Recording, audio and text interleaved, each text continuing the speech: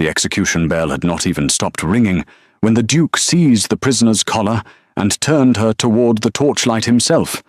Chains scraped across the stone floor as the young woman struggled against the guards, her voice breaking while the crowd outside Haverston Court shouted for her death.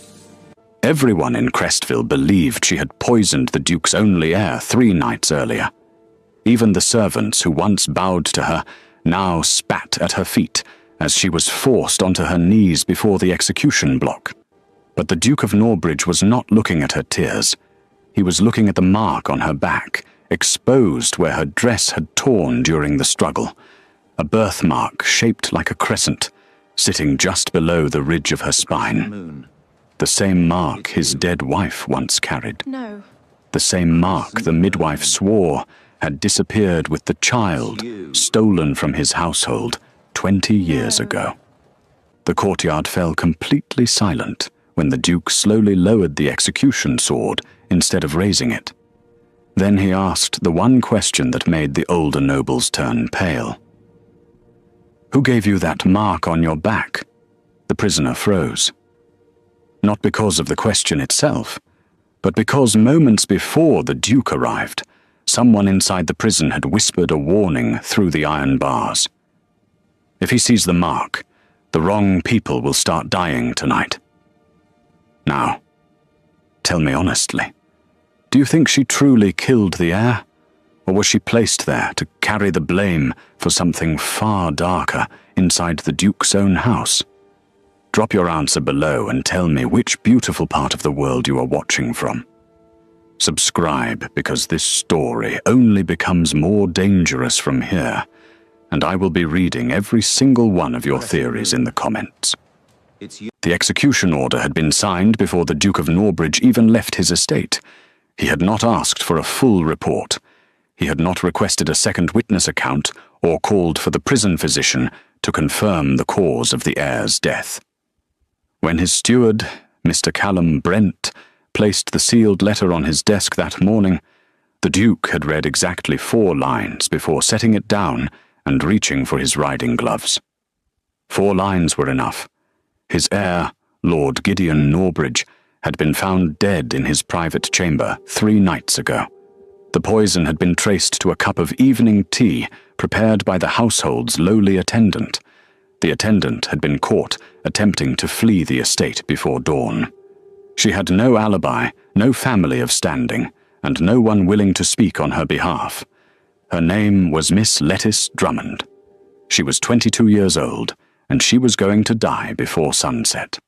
That had been the Duke's decision, and the Duke of Norbridge did not reverse his decisions. Every magistrate in the county knew it. Every lord who had ever sat across from him at a parliamentary table knew it. Even his youngest brother, Mr. Piers Norbridge, who had ridden hard from the neighbouring village the moment he heard the news, knew better than to arrive at Haverstone Court pleading for patience. But Piers had come anyway. He caught up with the Duke's convoy just outside the iron gates of the town, his horse breathing hard, his cravat half undone, looking exactly like a man who had not slept in 2 days. "Brother." Piers pulled his horse alongside the Duke's. "You have not heard her speak yet." "I do not need to." The Duke did not look at him.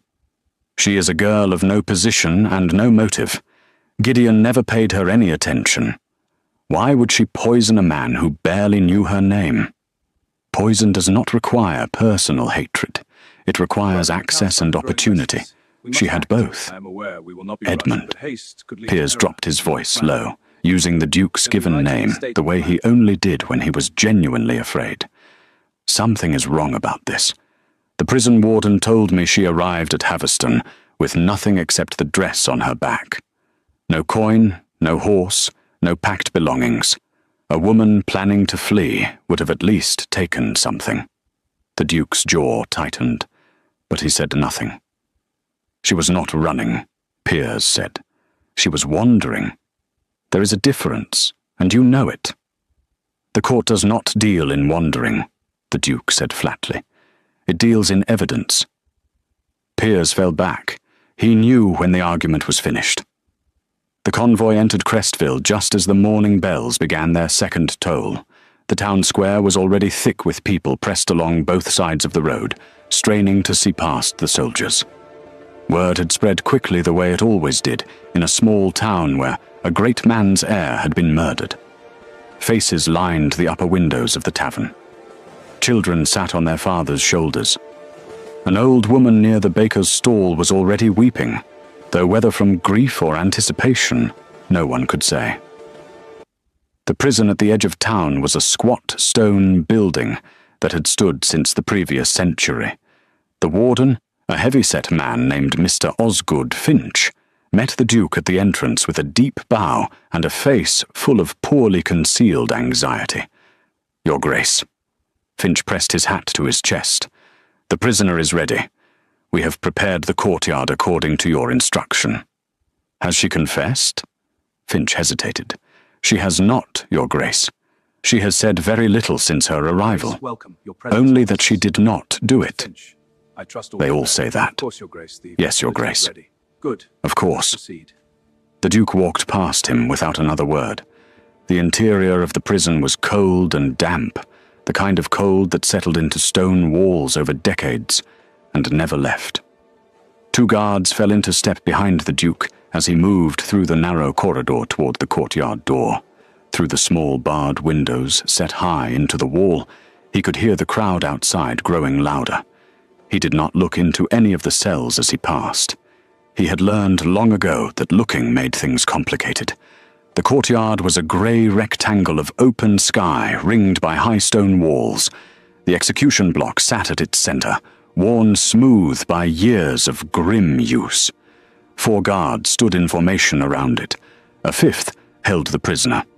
She was kneeling. Her dark hair had come half loose from whatever arrangement it had been pinned into, and it fell across her face as she knelt on the cold stone. Her dress was torn at the back, a long split running from the collar down between her shoulder blades, likely from when the guards had pulled her. Her wrists were bound in front of her with heavy iron links that were clearly too large for her frame and had already left red marks across her skin. She was not weeping. That surprised him. Every condemned person the Duke of Norbridge had ever stood before in this capacity had wept. Some had begged. Some had screamed. One lord had fainted entirely and had to be revived twice before the sentence could be carried out. But this young woman knelt with her shoulders drawn back and her chin at a slight upward angle, staring at the stone in front of her, with an expression that was not defiance exactly, but something quieter and harder to name. The Duke stepped forward and drew the execution order from inside his coat. He was halfway through breaking the seal when his steward, Mr. Callum Brent, stepped close and spoke quietly near his ear. "Your Grace, protocol requires the prisoner be checked for concealed weapons before the sentence is read aloud." The Duke gave a single nod without looking up from the paper. One of the female wardens moved toward the prisoner. She pulled the torn back of the dress apart slightly at the collar to examine the prisoner's upper back. The warden stepped aside, and the Duke looked up. He did not mean to look. It was simply the direction his eyes moved when the warden stepped out of his line of sight. But once he looked, he could not look away.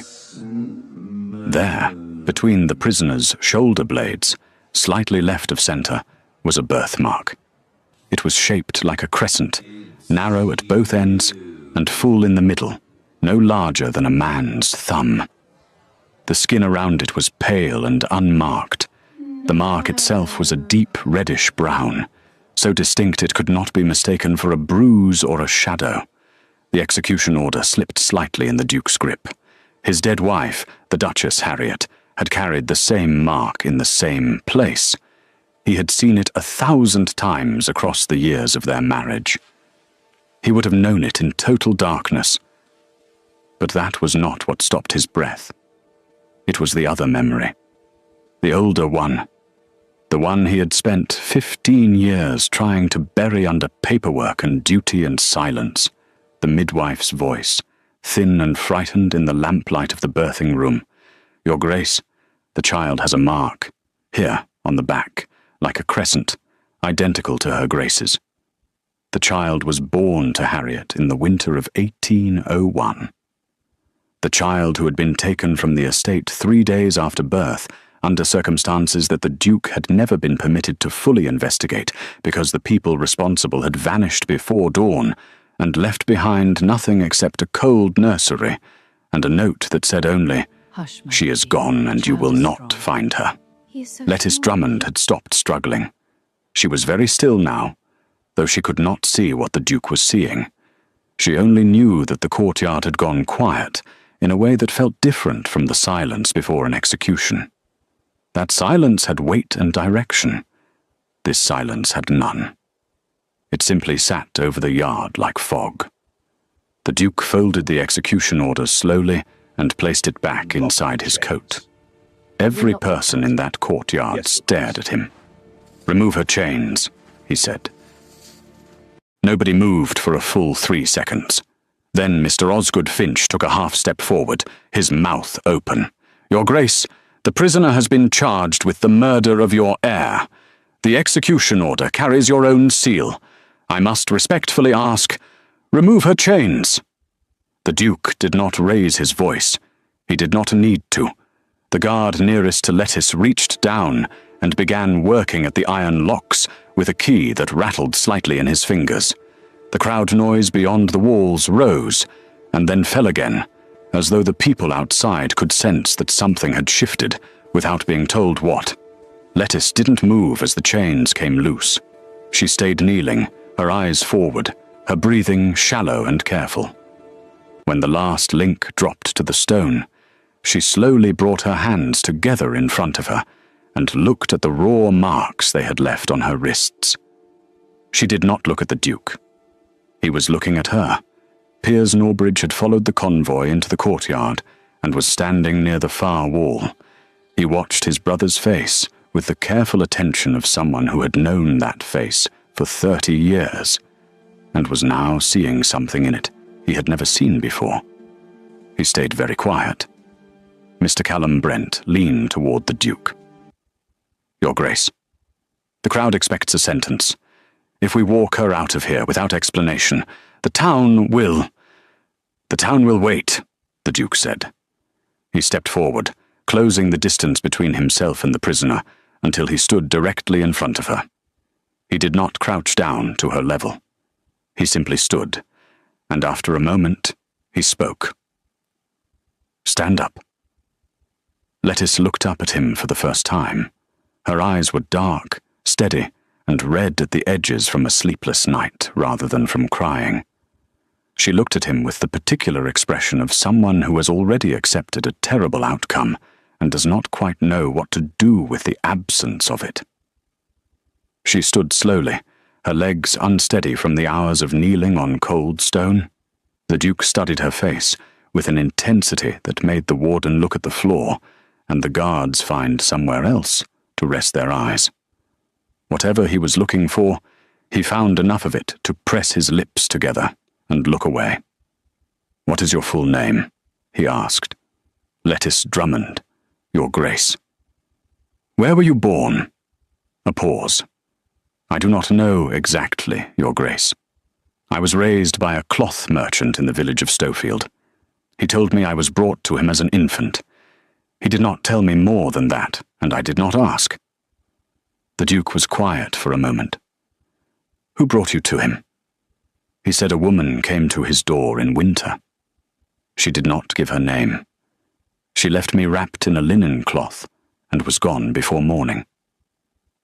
Brent shifted uncomfortably beside the Duke. Finch was sweating despite the cold. Nobody in the courtyard spoke. Piers, from his place near the wall, closed his eyes briefly and then opened them again. The Duke turned away from Lettice and addressed Brent in a voice low enough that only those closest could hear. "Send word to the estate physician, Dr. Rowe. I want him at Haverstone by this evening. And find me the record of every staff member who left the Norbridge household between December of 1801 and March of 1802. Brent's expression did not change, but his pen moved quickly. "Yes, Your Grace." "And nobody speaks of what happened in this courtyard today. Not to the household, not to the press, not to any member of the nobility until I say otherwise." He turned back to the courtyard at large. His voice rose to address the guards, the warden, and the two clerks who stood near the gate with their record books open. "The prisoner is being transferred to Norbridge custody for further investigation. The execution is suspended, not dismissed. Anyone who interprets that differently will answer to me directly." There was a murmur through the group, quickly suppressed. Finch bowed deeply. "Of course, Your Grace." The walk out of the prison courtyard and back through the corridor was short, but it felt long. Lettice walked between two guards, no longer chained but still clearly in custody, and the Duke walked ahead of her without looking back. They emerged through the front entrance into the grey morning light, and the crowd that had gathered along the road went immediately loud with confusion. People had come expecting to see a condemned woman escorted to the block. Instead, they saw her walking out alive, behind the Duke's own soldiers, toward the covered carriage that had brought his steward from the estate. A woman near the front of the crowd shouted, "She poisoned your son! Why is she breathing?" The Duke did not stop walking. A man further back threw something, a piece of hard bread, and it struck the side of the carriage. A soldier stepped toward the crowd with a warning hand raised. Lettice kept her eyes forward. She did not flinch when the bread hit the carriage, and she did not look at the faces shouting at her from both sides of the road. She simply walked, her back straight, her torn dress fluttering slightly in the morning wind. Inside the carriage, once the door was closed and the vehicle began to move, she sat across from the Duke's steward, Brent, who held his record book in his lap, and looked at her with the careful neutrality of a man paid to have no opinions. Piers climbed in last and sat beside Brent. He looked at Lettice with an expression that was almost apologetic. "You must be hungry," he said. Lettice looked at him. "I have not eaten since the morning before last," she said quietly. Piers reached into the leather satchel he carried across his shoulder and produced a wrapped cloth containing bread and a small wedge of hard cheese. He held it out to her without ceremony. She took it after a moment. She ate slowly, which was either dignity or exhaustion. Probably both.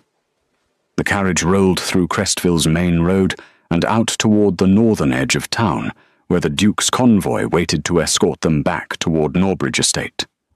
The Duke himself had mounted his horse again and rode ahead, visible through the small carriage window as a straight, dark figure against the pale morning. Piers watched his brother's silhouette for a long moment.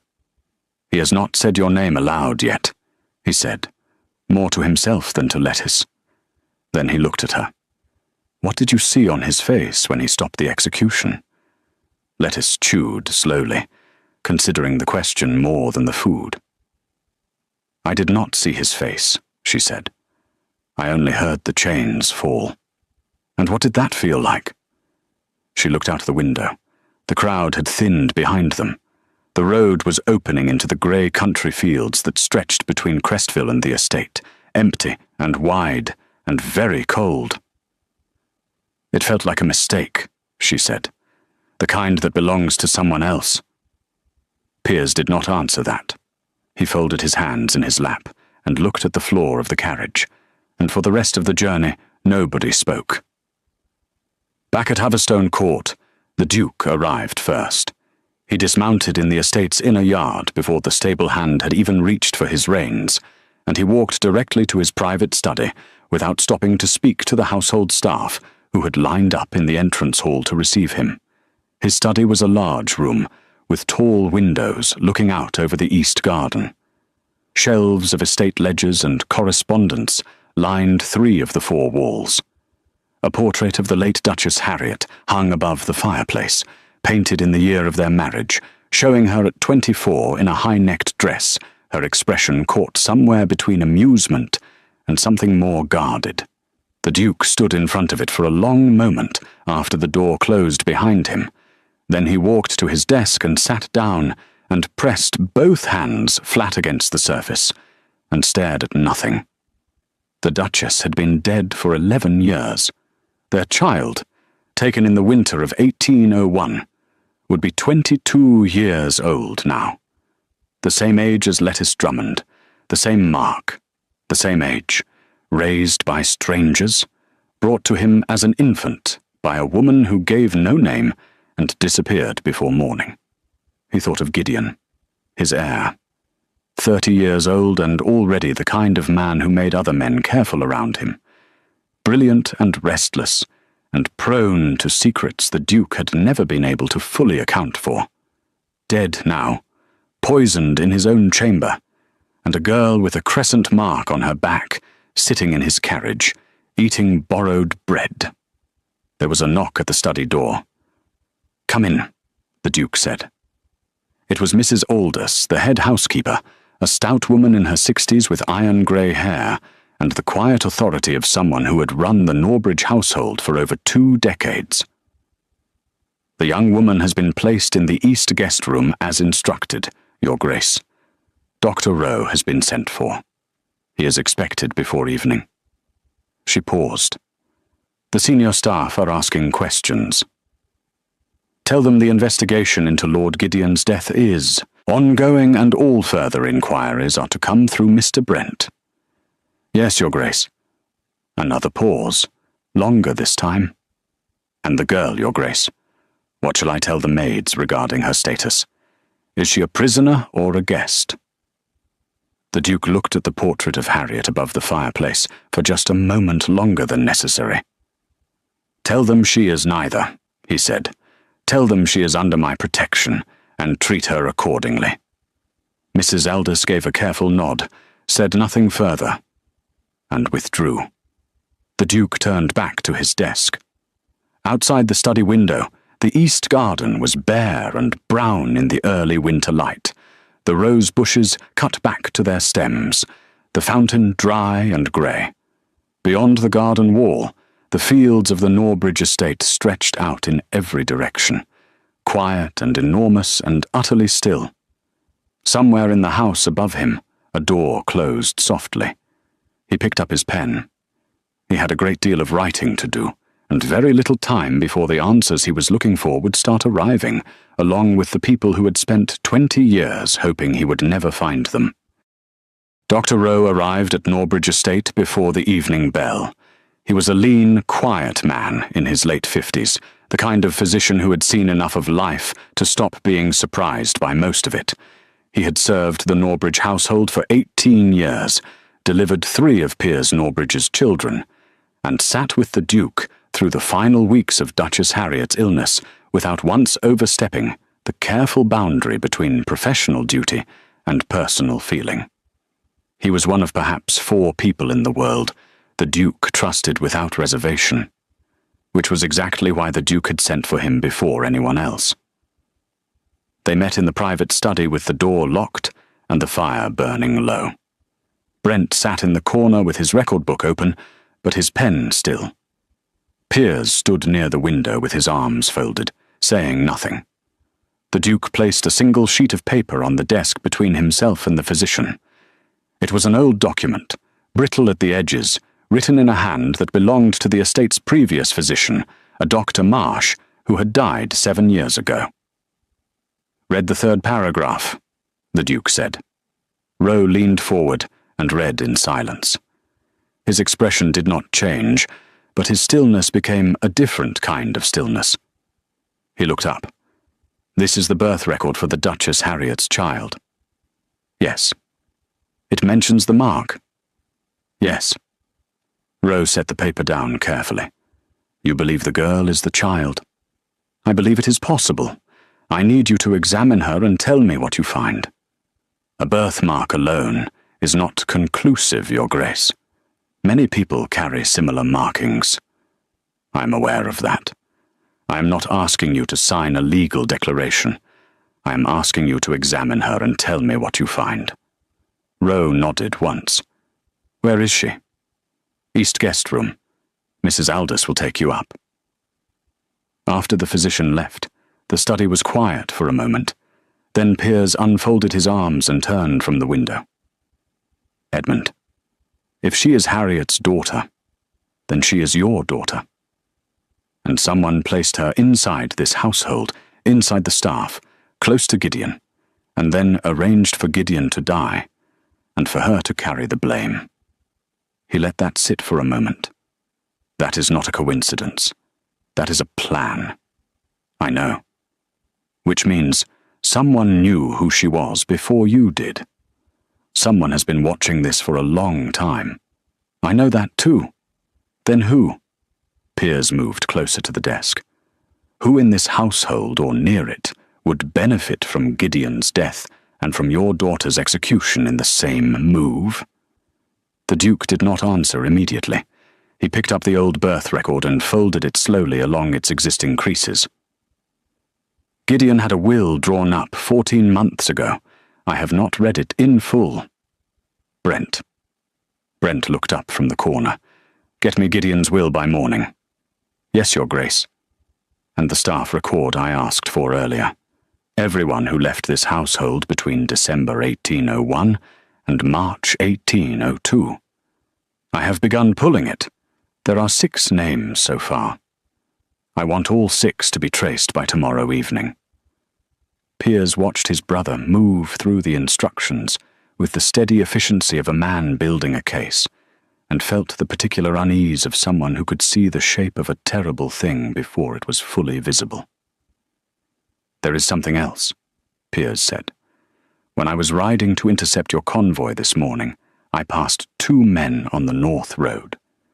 Mounted, well-dressed, moving fast in the direction away from Crestville. I did not recognize them, but one of them had a Norbridge estate crest on his saddlebag." The Duke's head came up slowly. "I thought nothing of it at the time," Piers said. "But if someone inside this estate sent word of the execution before it happened, and those men were riding away before it was complete, then they were leaving before they knew the outcome." "Or," the Duke said quietly, "they already knew what the outcome was supposed to be, and they were leaving because their part was finished." The fire crackled between them. "Find out who rode out of this estate yesterday morning," the Duke said to Brent. "Yes, Your Grace." Upstairs, in the East guest room, Lettice sat on the edge of a bed that was softer than anything she had slept on in the past 3 days, and stared at the wall with the focused attention of someone trying to hold themselves together through sheer concentration. The room was well appointed, without being lavish. A writing desk near the window, a small fireplace with a fire that Mrs. Aldous had ordered lit before Lettice arrived, a pitcher of water and a cloth on the washstand, clean, warm, and deeply unfamiliar. A young maid named Polly had brought up a tray of food and set it on the desk without making eye contact, which Lettice understood and didn't take personally. To the household, she was still the woman who had poisoned their lord. The fact that she was now in a guest room instead of a cell didn't change what they believed about her. She hadn't poisoned anyone. She had prepared Lord Gideon's evening tea the same way she had prepared it every night for the 4 months she had worked at Norbridge Estate. 1 spoon of dried chamomile, 2 of black tea, a small pour of honey from the kitchen jar. She had left it on the tray outside his chamber door as instructed, because Lord Gideon did not permit staff to enter his private rooms after 8 in the evening. She had gone to bed. She had woken to shouting, and by the time she understood what had happened, 2 guards were already at her door. She had run, not because she was guilty, but because she had grown up poor and nameless in a small village, and she understood without being told that when a great man dies, and someone needs to be blamed, the person without family or position or money is always the easiest answer. That understanding had not saved her from the chains, but it had kept her from weeping on her knees in that courtyard, which she considered on balance to have been the right choice. There was a knock at her door. "Come in," she said. Dr. Rowe entered, followed by Mrs. Aldous, who positioned herself near the door with the expression of a woman performing a chaperone duty she had not been warned about. The physician introduced himself quietly and explained that the Duke had requested a medical examination to confirm her general condition following her imprisonment. His tone was careful and professional and gave nothing away. Lettice looked at him for a moment. "Is that the real reason?" Rowe met her eyes. "No," he said simply. "But the examination itself is genuine, and nothing will be done without your agreement." She appreciated the honesty enough to nod. The examination was brief and conducted with full propriety, Mrs. Aldous present throughout. When Rowe asked her to lower the back of her collar so he could examine the mark he had already been told about, Lettice complied without comment. He looked at it for a long time. He made no sound. Afterward, he thanked her, told her to eat the food on the tray, and left. In the corridor outside, he stood very still for a moment before walking back toward the stairs. The mark was not merely similar to the one described in the birth record. It was positioned with an exactness that made his physician's habit of skepticism feel suddenly inadequate. He went downstairs to report to the Duke. What he did not see, as he descended the staircase, was the figure standing in the shadow of the upper landing. Still, watchful, listening to the sound of his footsteps fade. Lord Gideon's personal valet, a man named Mr. Silas Drum, pressed himself flat against the wall until the physician was gone. Then he moved quickly back toward the servants' corridor and disappeared into it. Silas Drum had been with Lord Gideon for 6 years. He knew things about his late employer that no one else in the house knew, and he had spent the past 3 days being very careful about which of those things he allowed to show on his face. He was 35, lean, and possessed of the particular talent of appearing entirely unremarkable in any room he entered. He was not unremarkable. He slipped out of the servants' corridor through the side door that opened onto the kitchen garden, crossed the garden in the dark, and went through the low gate in the far wall that led to the stable lane. A man was waiting there, mounted. The horse was dark, and the man's coat was dark, and they stood without a lantern, which told Silas everything about the nature of the meeting. "He stopped the execution," Silas said quietly. The mounted man said nothing for a moment. We heard. The physician just examined the girl. Another pause. "Then we have less time than we planned." The mounted man's voice was low and unhurried, which was somehow more threatening than agitation would have been. "The will must not be read." Silas pressed his lips together. "If I take it from the study, they will know immediately. Then make sure they have something else to occupy them." The mounted man gathered his reins. "The Duke thinks this is about the girl. Keep him thinking that for 2 more days. That is all we need." He rode away without another word.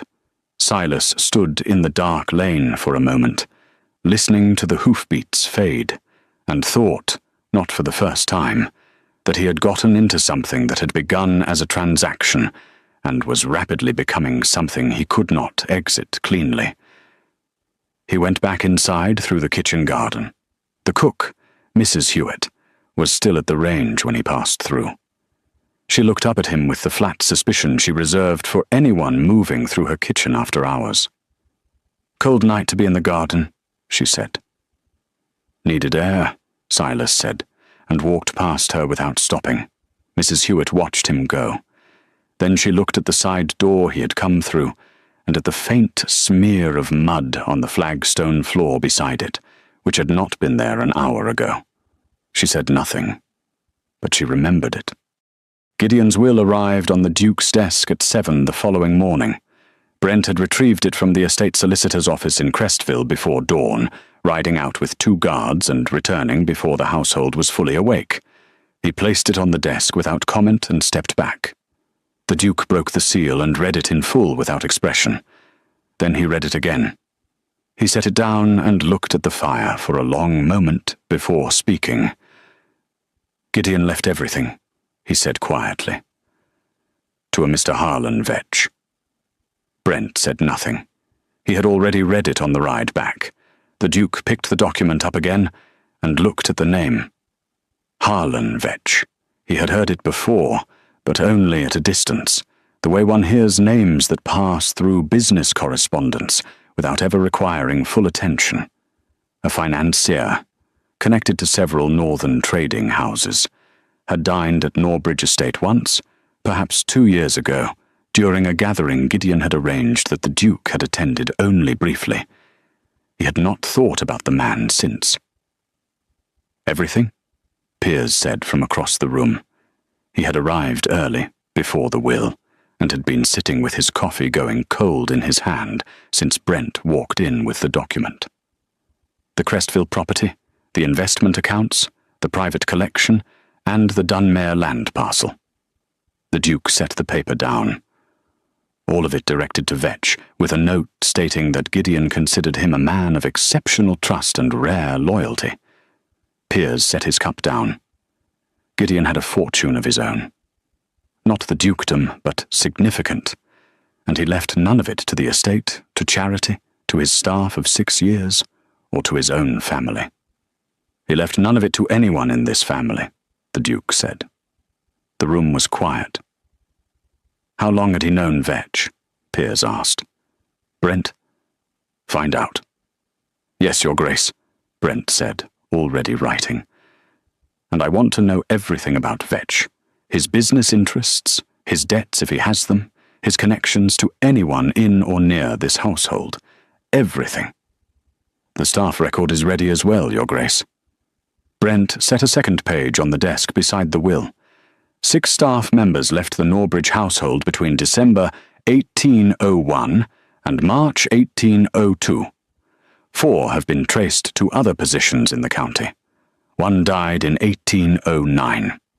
The 6th is a woman named Mrs. Tabitha Crane, previously employed as the nursery attendant.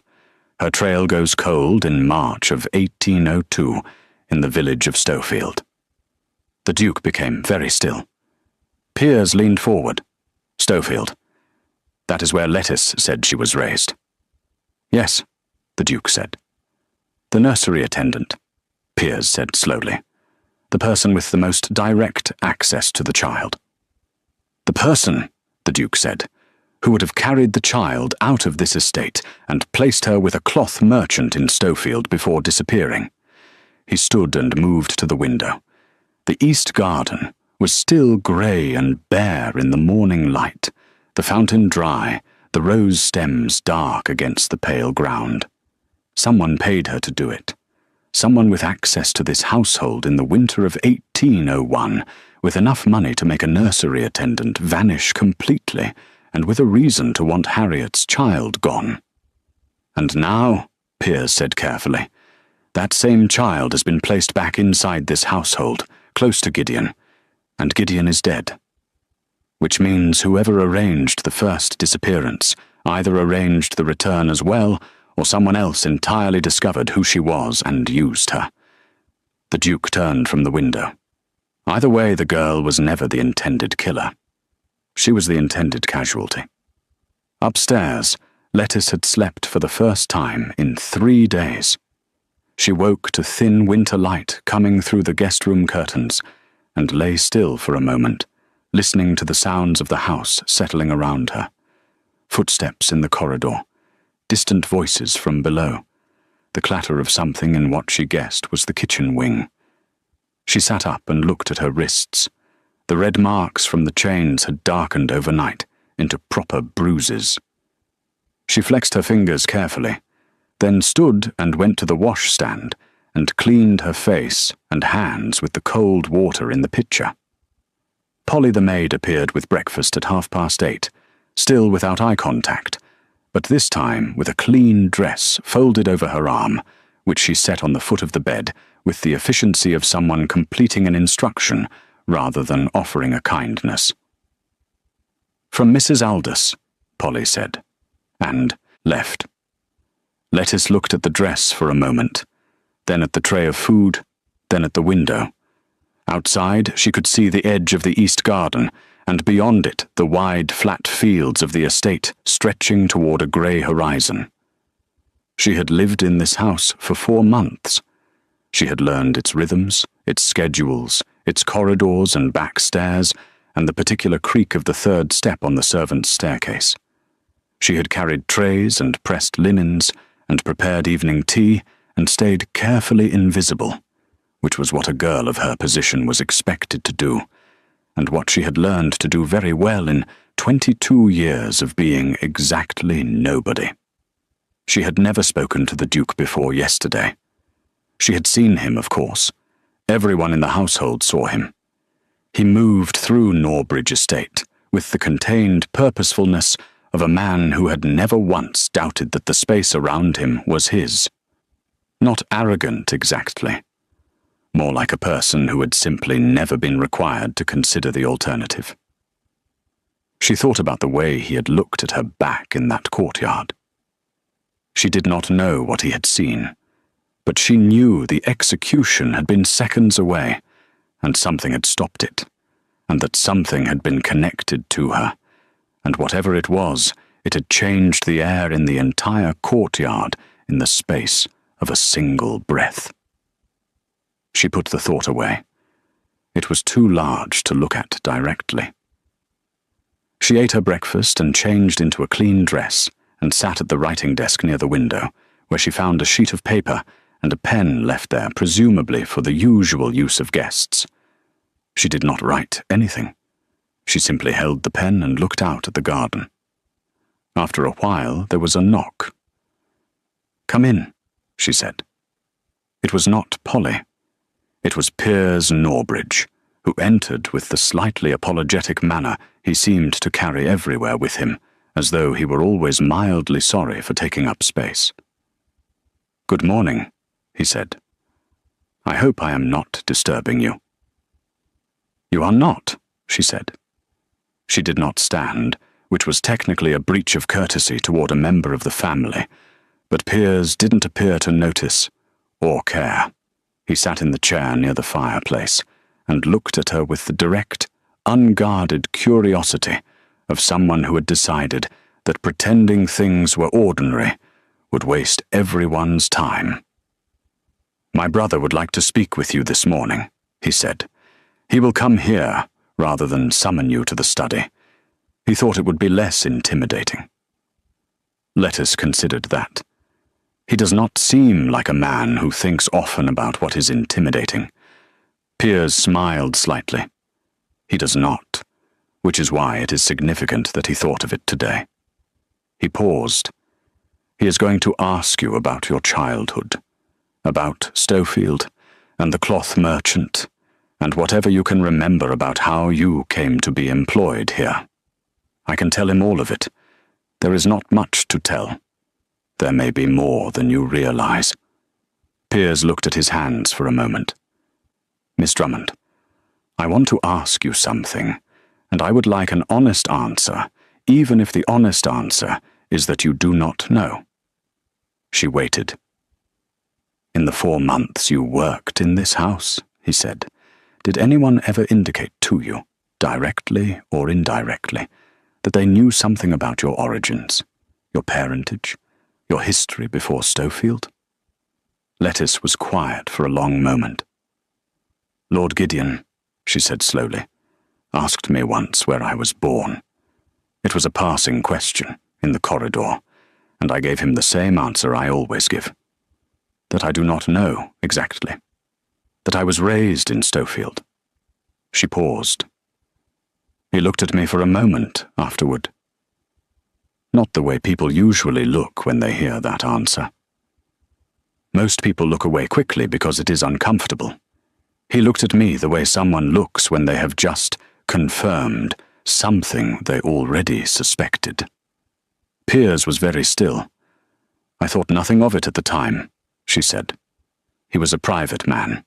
He had a way of knowing things without explaining how he knew them. I let it pass." "When was this?" 3 weeks before he died." Piers stood slowly. "Do not mention that to anyone else before you speak with my brother." His voice was calm but firm. Not to the maids, not to Mrs. Aldous, not to anyone. "All right," she said. He moved toward the door, then stopped. "One more thing. Mr. Silas Drum, Lord Gideon's valet. Did he ever speak to you?" Lettice thought. "Once. He told me that Lord Gideon preferred his tea left outside the door rather than brought in. I had not known that yet. He was correcting my method.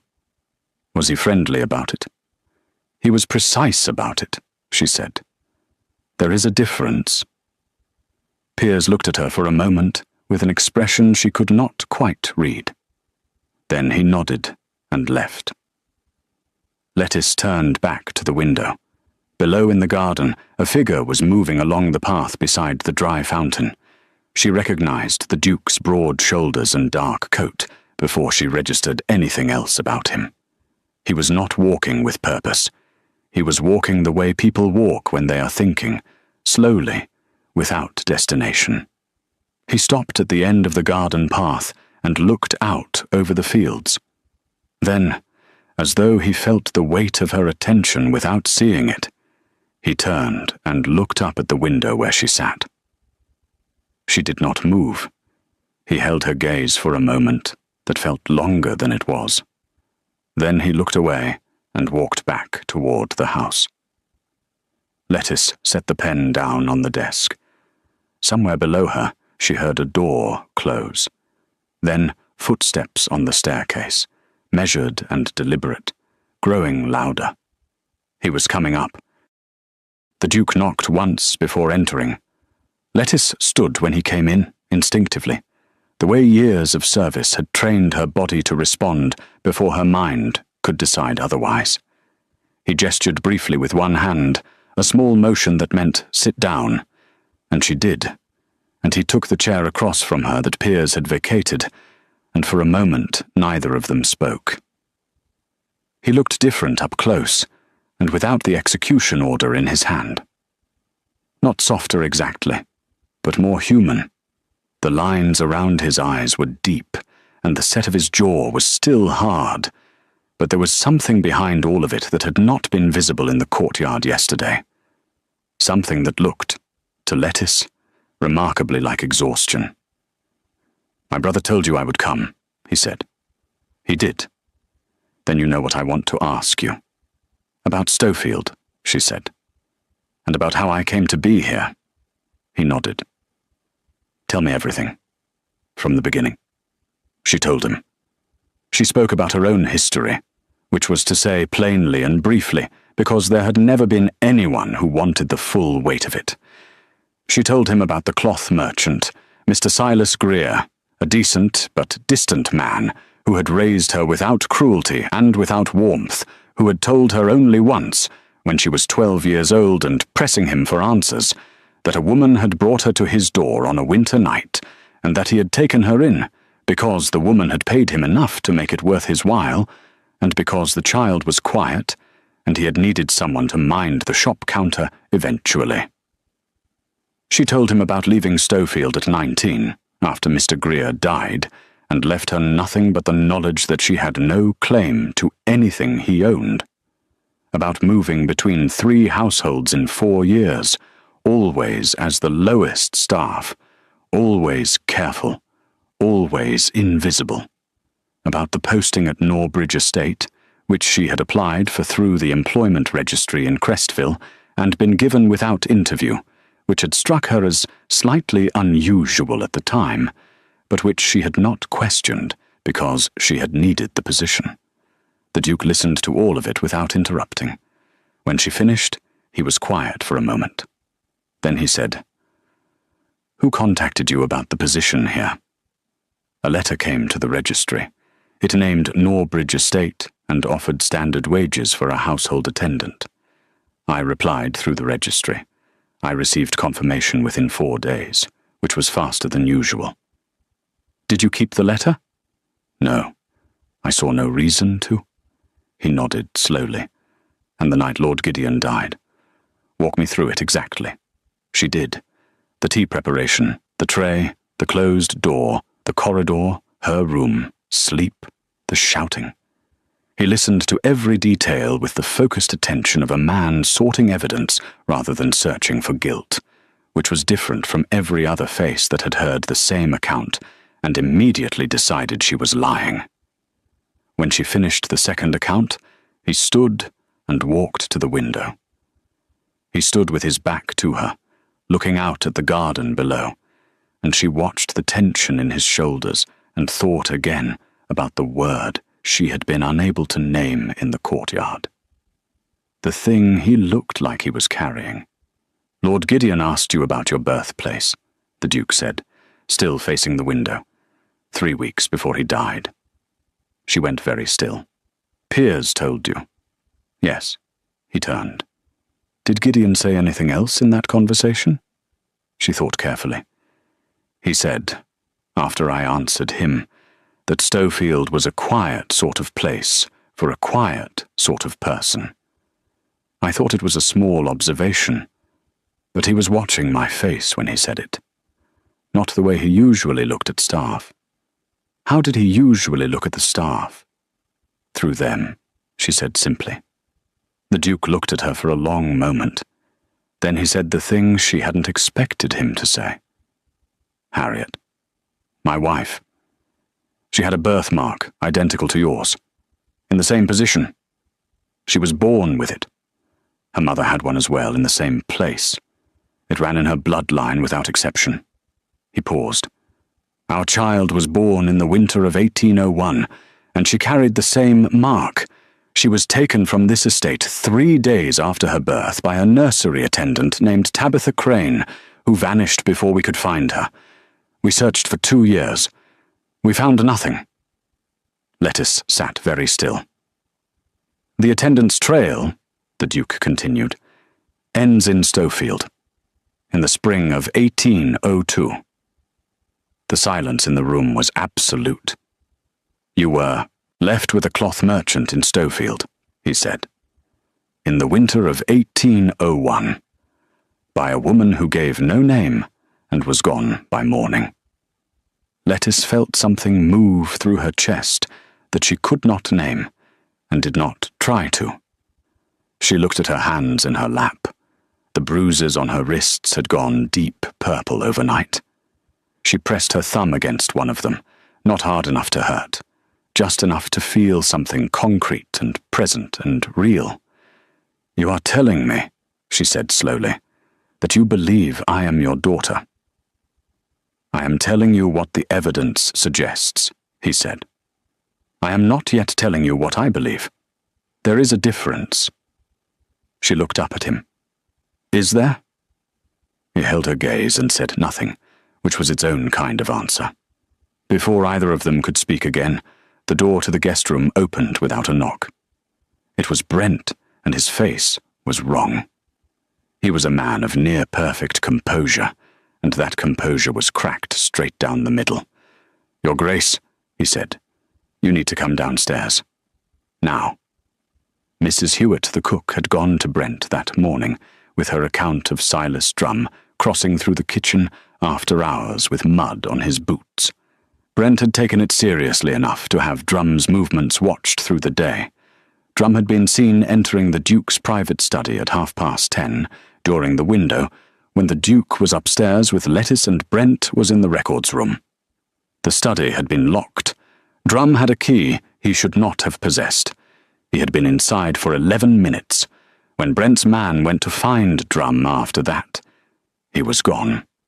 His room in the servants' quarters was empty, his personal effects cleared, his trunk missing.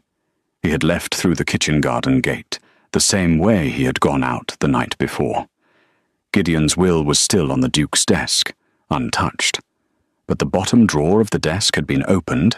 Inside it, the Duke kept a locked correspondence box.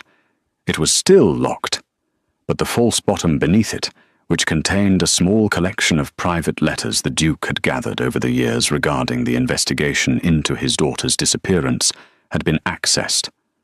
Several letters were missing. The Duke stood in his study and looked at the open drawer without expression. Piers stood beside him.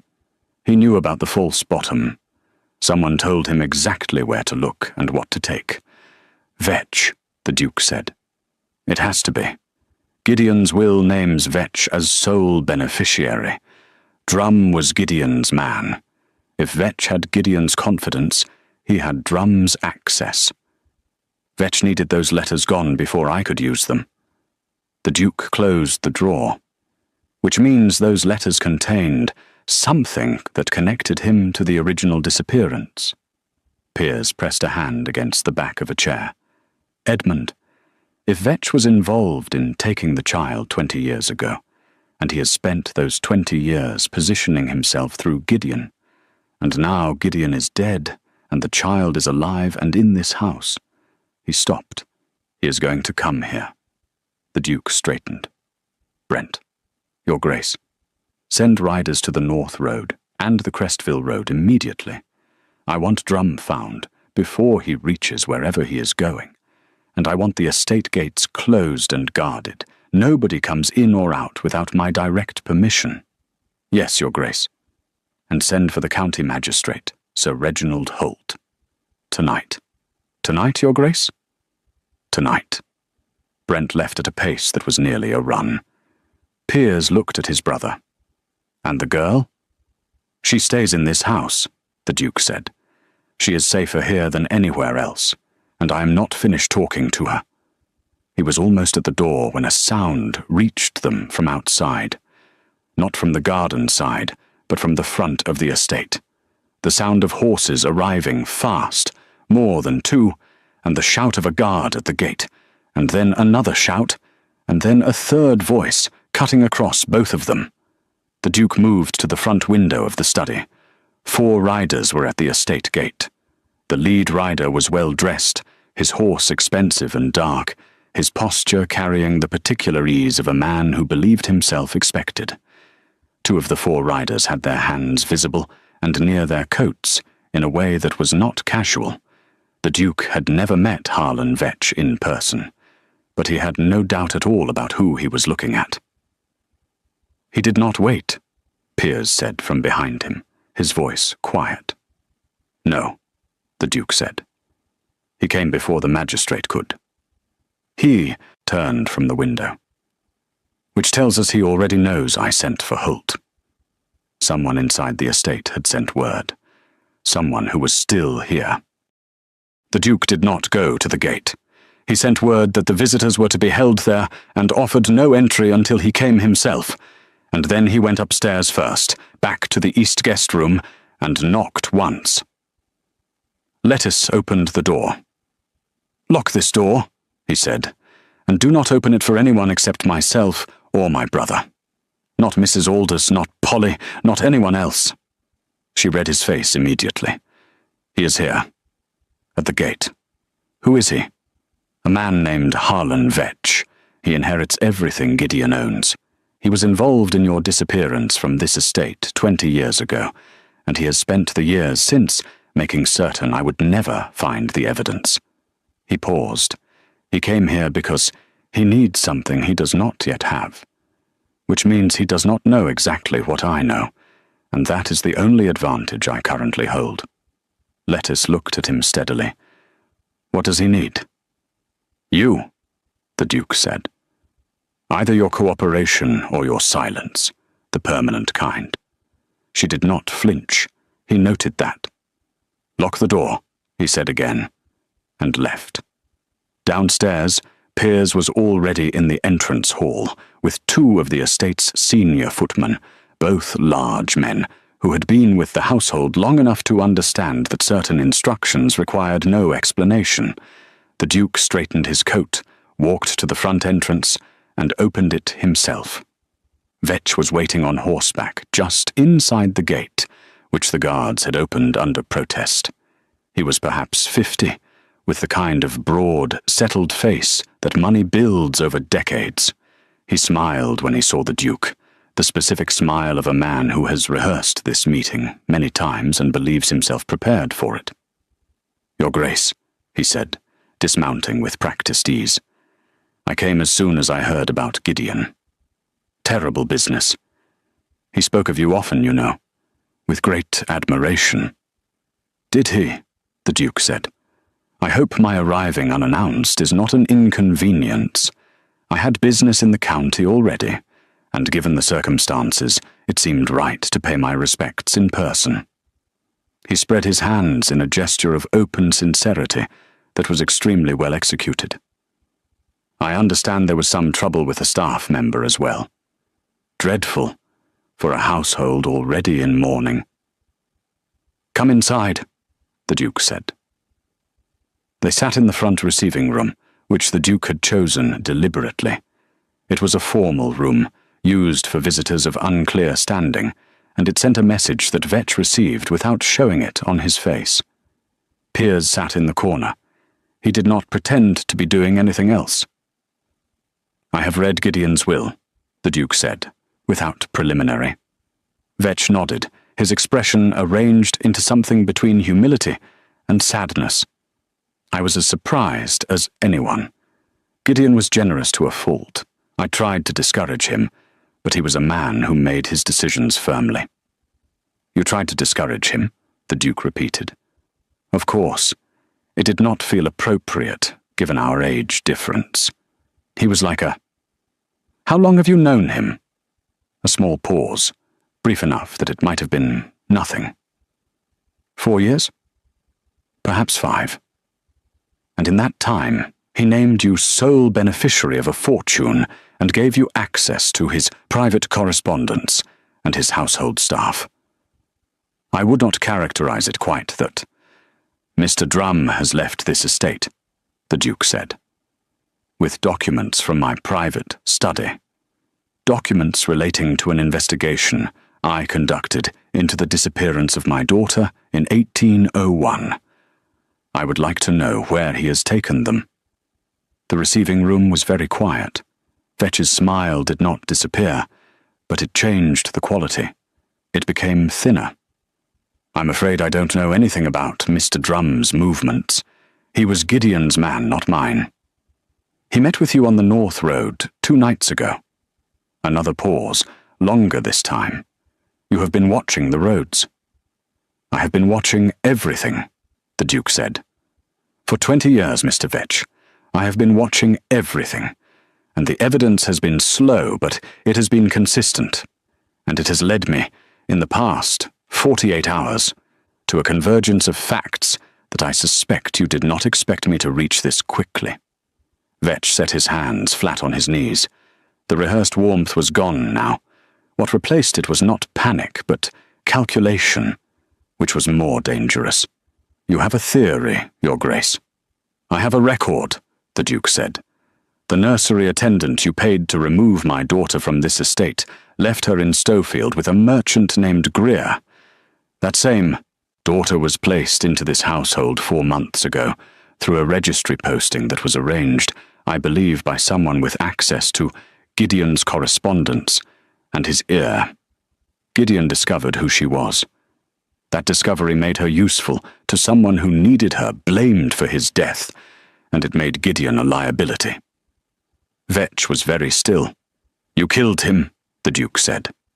It was not a question. That is a serious accusation. It is a documented one. The physician who examined Gideon's body noted the particular signature of the compound used. It is not common. It is associated with 2 trading houses that operate in the northern ports. Both of those houses appear in your business ledgers, which the magistrate is currently reviewing. He paused.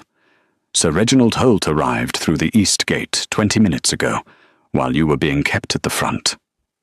Vetch stood. The 2 footmen near the door moved at the same moment, without being told. Piers stood from the corner.